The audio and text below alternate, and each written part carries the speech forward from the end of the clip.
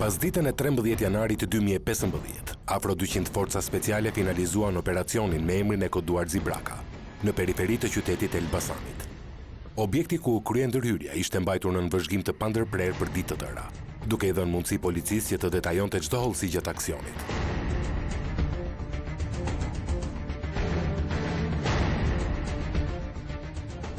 Pavarësisht informacionit të hollësishëm për aktivitetin kriminal të grupit të strukturuar që ishte vënë në shënjesër të këtij aksioni, rezultati arritur e kaloi pritshmërinë e policisë.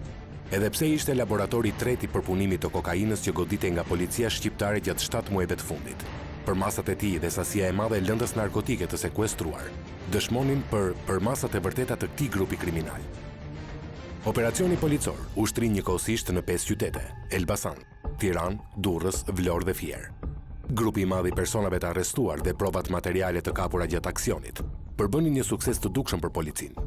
Por nga ana tjetër, ato dëshmonin se në çfarë përmasash ka arritur krimi organizuar në vend dhe se Shqipëria ka kohë që është kthyer në një bazë të rëndësishme të trafikut ndërkombëtar të drogave të forta.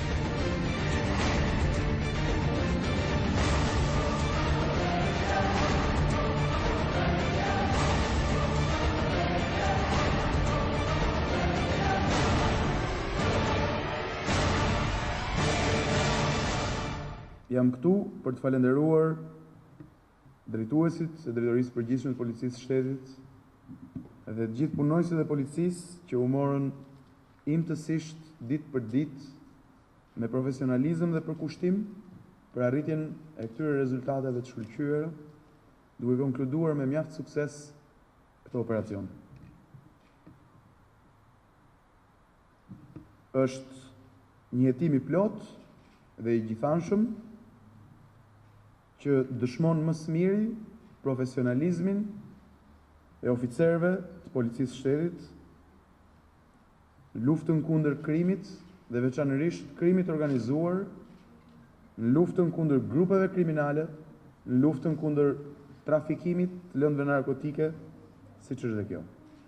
Pas Lazaratit, pas Dukagjinit, pas punës që bëri policia e shtetit për të zhdukur çdo rrënjë drogë kanabis në Republikën e Shqipërisë, rezultatet flasin mjaft fort për suksesin e policisë së shtetit kundër drogave të forta, siç është dhe sasia e kapur në këtë operacion. Operacion që nga ana tjetër tregon dhe integritetin e policisë së shtetit dhe flet shumë qartë për prerjen e lidhjeve ndërmjet botës së krimit dhe policisë së shtetit. Mes personave të arrestuar, tërheqin vëmendjen 2 shtetasit kolumbian, Cesar Avila dhe Walter Moreno. Policia deklaroi se 2 kolumbianët janë marrë nga organizata kriminale për përgatitjen e kokainës në laborator, aty ku dhe u arrestuan në flagrancë. Kjo zgjedhje ishte bërë nga anëtarët e bandës me qëllim përpunimin profesional të lëndës narkotike dhe përgatitjen përfundimtare të saj për treg. Prej disa kohësh, policia e shtetit ka qenë duke hetuar për aktivitetin e këtij grupi të përfshirë në trafikun e lëndëve narkotike, falë bashkëpunimit me partnerë ndërkombëtar dhe bashkëpunimit si dhe shkëmbimit të informacionit, është bërë mundur identifikimi i pjesëtarëve të këtij grupi dhe mbajtja e tyre nën kontroll, si dhe dokumentimi i aktivitetit kriminal të kësaj organizate. Në funksion të këtij hetimi, është regjistruar nga Prokuroria e Krimeve të Rënda procedimi penal numër 355 viti 2014 si dhe për hetimin e këtij grupi, strukturat e Departamentit të Hetimit të Krimit Organizuar dhe Krimeve të Rënda në Drejtorinë e Përgjithshme të Policisë së Shtetit kanë përdorur të gjitha format dhe metodat e parashikuara në ligj me qëllim dokumentimin e aktivitetit kriminal të këtij grupi. Nga hetimet paraprake rezulton se bëhet fjalë për një grup të strukturuar me një aktivitet kriminal me shtrirje ndërkombëtare të trafikut të narkotikëve nga Amerika Latine në Ballkan dhe me destinacion Europën perëndimore.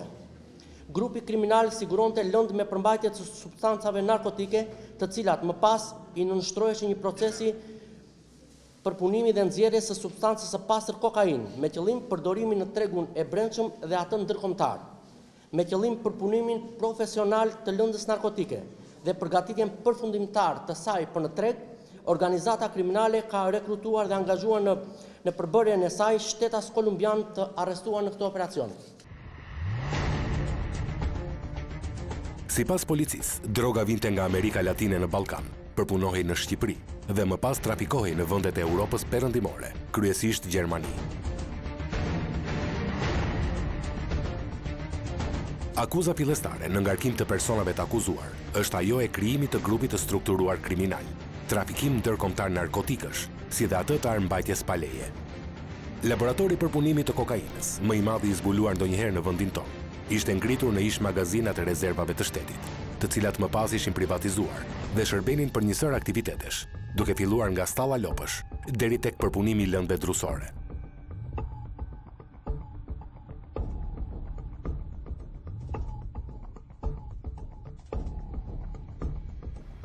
Këtu flasim për një hetim disa mujor, i konkluduar me sukses, por që nuk do ndodhte kështu, siç nuk ka ndodhur në të kaluarën, në rast se policia e shtetit do ishte e zhytur siç ka qenë në të kaluarën, deri në fyt në lidhje me botën e krimit. Rezultate të tilla flasim për punë pa dekonspirim, për punë me integritet lartë dhe me përkushtim të lartë, duke goditur në zemër krimin e organizuar, siç është edhe ky operacion. Operacion që gjithashtu flet më së miri për bashkëpunimin e ngushtë ndërmjet policisë shtetit dhe partnerëve ndërkombëtar, ndërmjet policisë shtetit dhe policive të vendeve të rajonit, sepse është një operacion disa mujor që zhvillohet bashkë me partnerët, gjë që flet për besimin e partnerëve në policinë e shtetit. Gjë që deri dje nuk ka ekzistuar, sepse informacionin policinë e shtetit shitej për shkak të lidhjeve kriminale dhe për shkak të zhytjes deri në fyt policisë shtetit në botën e krimit. Zanafilla e këtij operacioni të suksesshëm ishte bashkëpunimi me shërbimet policore gjermane, që kishin interceptuar në fundin e vjeshtës të vitit 2014 informacion të mjaftueshëm për të nisur një hetim të plotë në territorin shqiptar. Survejimi nga shërbimet policore gjermane, i bashkëtuese së shtetasit Ilir Hyseni, arriti të zbulojë një nga grupet më të organizuara të trafikut të kokainës në Shqipëri. Prezenca e emrit të Ermal Hoxhës, nipi të ish diktatorit komunist Enver Hoxha, mes grupit të 9 të arrestuarve, i dha një publicitet të paparashikueshëm ngjarjes.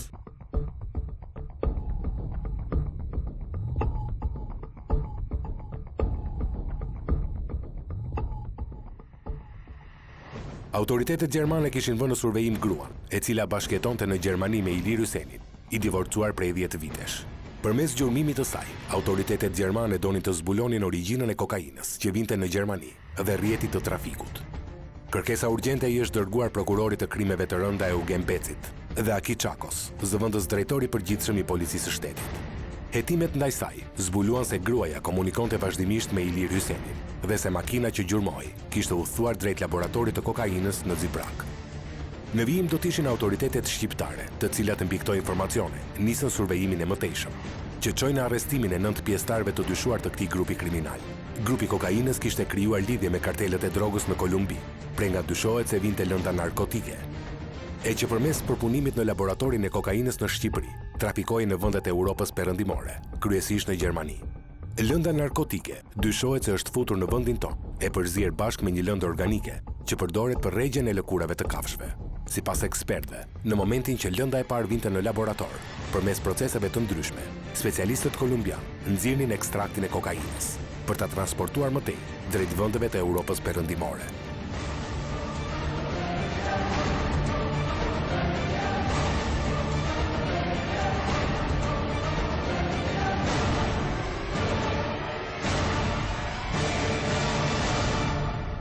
Në kuadër të këtij operacioni policor të shtrirë në 3 qarqe, Tiranë, Elbasan dhe Durrës, u bë i mundur arrestimi i shtetase. Sajmir Batku, Fatmir Hoxha, Kastriot Imeri, Gentian Gjonaj, Arjan Dalipi, Clement Dalipi, Cezar Avila, Walfer Moreno, Ilir Hyseni dhe Eges Dangsi. Si dhe u bë sekuestrimi i provave materiale të lidhura me aktivitetin kriminal. Sasia prej 19 kg e 416,2 gram lëndë narkotike e dyshuar kokainë, 727 kg e dyshuar si lëndë narkotike e llojit kokainë, 19.8 kg e dyshuar si përzierës i lëndës narkotike kokain, 359.400 euro, 2.769.000 lekë të reja, 4.150 dollar amerikan. Janë sekuestruar 5 copë karta krediti dhe një çek me vlerë 4.500 dollar. Gjithashtu janë sekuestruar një armë zjarri automatik model 56, një armë zjarri revolver me mulli, një armë zjarri e tipit pistolet me kalibër 9 mm, 3 armë gjau, shotgun, çifte dhe një teke, 174 fishek të modele dhe kalibre të ndryshme, 50 fishek luftarak të kalibrit 9 mm, 4 automjete të ndryshme, një makineri vakumi e cilësisë lartë, një peshore elektronike, 25 aparat telefonit celular, janë sekuestruar 5 orë të markave të ndryshme, si dhe 2 automjete të tjera. Janë sekuestruar aksesor për prodhimin dhe paketimin e lëndës narkotike të llojit kokain, si presa peshore të lloje të ndryshme dhe mikroval. Janë sekuestruar sasira të konsiderueshme të substancave dhe prekursorëve dhe përzierës që shërbejnë për prodhimin e substancës narkotike, si dhe një sasi e konsiderueshme dokumentash të ndryshme si mandate arktimi, kupona tatimor, të cilat hedhin dritë mbi aktivitetin kriminal të shtetave të lartë përmendur.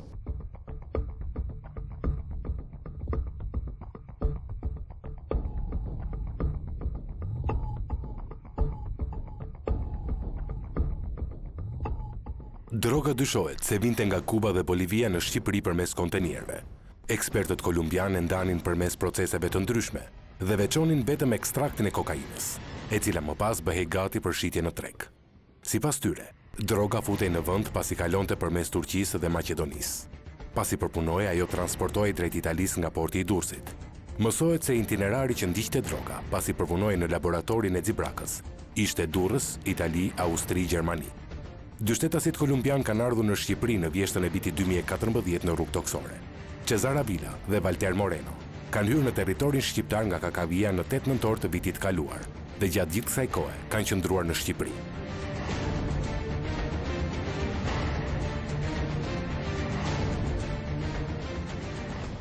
Hetuesit dyshojnë se një nga organizatorët e grupit të kokainës është 35 vjeçari Genci Xhixha, i cili është shpallur tashmë në kërkim policor dhe mendohet se jeton në Kub.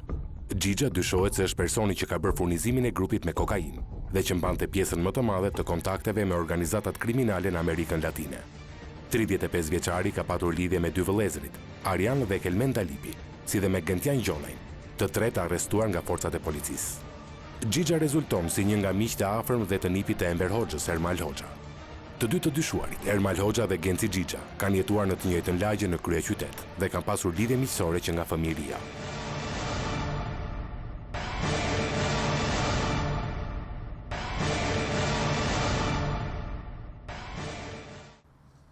Hetimi do vazhdoj edhe me pasurit dhe asetet kriminale që ka prodhuar ky aktivitet kriminal, sepse ne besojmë shumë fort që goditja më e madhe që mund t'japim botës krimit është hetimi dhe sekuestrimi i pasurive që vë bota e krimit si pasojë e aktivitetit kriminal. Ndërsa për sa i takon vajtoreve politike që keni dëgjuar shpesh, ky operacion flet shumë më qartë dhe shumë më fort se sa çdo deklaratë politike e deritanishme. Dhe unë jam këtu për të bërë dhe njëherë një thirrje për gjithë ata që shfrytëzojnë çdo gjë dhe dalin sulmojnë policinë e shtetit nga vajtorët politike, që bëj thirrje të heshtin dhe të lënë policinë e shtetit të bëjë detyrën e saj në mënyrë të qetë, të lëmë punojësit dhe policisë shtetit të bëjnë detyrën e tyre pa presionin e politikës dhe pas sulmet e politikës që sot kanë mundësinë të dëshmojnë rezultatet ekzemplare dhe historike të suksesit punës së policisë shtetit që deri dje nuk ndodhin. Opozita nuk është e mërzitur, por thellësisht e shqetësuar e tronditur si gjithë qytetarët e këtij vendi nga fakti se me ardhjen e Edi Ramës në pushtet, Shqipëria po kthehet në një Kolumbi të Evropës. Arrestimi i autorëve dhe kapja e kokainës nga një grup i besueshëm i partnerëve evropian brenda policisë shqiptare, pas informacionit dhe insistimit të partnerëve është fakt dështimi total të Edi Ramës dhe qeverisë tij dhe as pak arsye për rrahje gjoksi. Çdo orë po dalin të dhëna dhe fakte tronditëse për përfshirjen në këtë organizat të njerëzve të lidhur me pushtetin.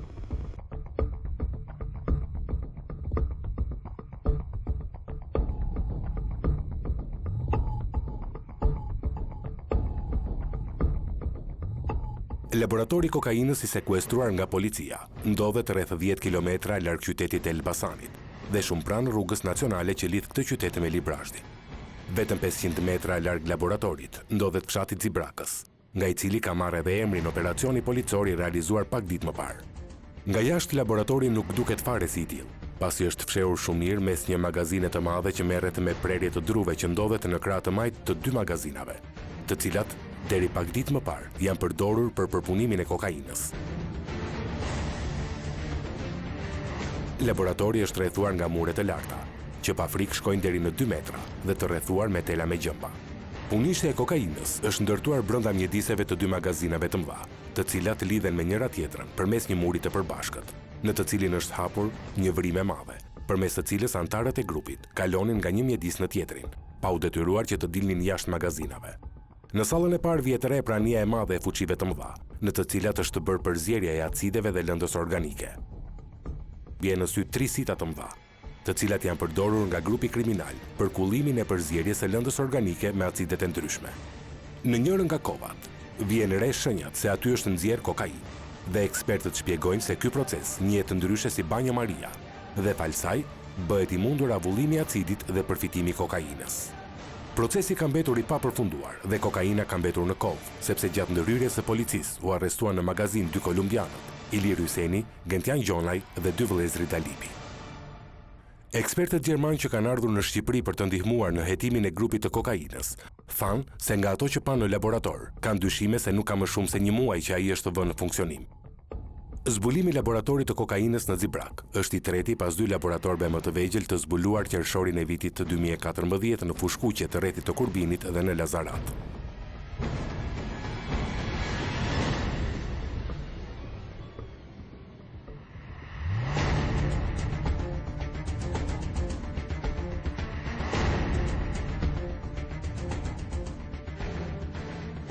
Droga këtu ka qenë, siç është rasti i kanabisit, drogat e forta këtu kanë qenë, siç dëshmon edhe ky rast. Por tani, ajo që ka ndryshuar është profesionalizmi i punonjësve të policisë, përkushtimi i punonjësve të policisë, pastërtia dhe integriteti i punonjësve të policisë, të cilët sot luftojnë krimin dhe nuk bëjnë atë që bënin deri dje, që ndanin parat e drogës ca për botën e krimit dhe ca për shefat e policisë. Ky është një operacion që duhet na bëj krenar të gjithë, sepse dëshmon më së miri që policia e shtetit është në krye detyrës dhe në balë të luftës kundër krimit organizuar, kundër mafjes, duke goditur në zemër ata që deri dje kanë bërë si kanë dashur, se policia e shtetit s'ka qenë në krye të detyrës. Faktet e reja që tregojnë lehtësinë me të cilën është ndërtuar fabrika e kokainës në zemër Shqipërisë dhe aktiviteti i saj njëvjeçar pa u shqetësuar nga askush janë dëshmi tronditëse dhe kriminale të lejimit të narkotrafikut në vend nga Edi Rama dhe qeveria e tij. Rezulton se porti i Durrësit është përdorur për të sjellë pajisjet dhe lëndën që i duhej grupit kriminal për të instaluar impjantin më të madh të kokainës në Ballkan dhe për ta prodhuar drogën. Po ashtu, kjo port është përdorur dhe për ta trafikuar drogën. Kjo qeveri, ky kryeministër, që mburren se kontrollojnë gjithçka, çdo llam të secilit fukara në vend, kanë lejuar ardhen e mjeteve e të materialeve, kanë lejuar ndërtimin e fabrikës së kokainës. Kemi të bëjmë me një dështim, me një kapitullim të qeverisë në luftën ndaj drogës. Por mekanizmi dhe personat e përfshirë në këtë trafik janë një akuzë që flet për lidhje të trafikantëve me deputet e zyrtar të lartë të qeverisë, për të cilat Edi Rama ende nuk po shprehet. Partia Demokratike nxit prokurorin të bëjë hetime të thella e të plota për të nxjerrë në dritë gjithë mekanizmin e madh të kësaj fabrike e kokaine, e të shkojë deri te kumbarët e vërtet, pavarësisht lidhjeve të forta që ata mund të kenë me qeverinë dhe Edi Ramën.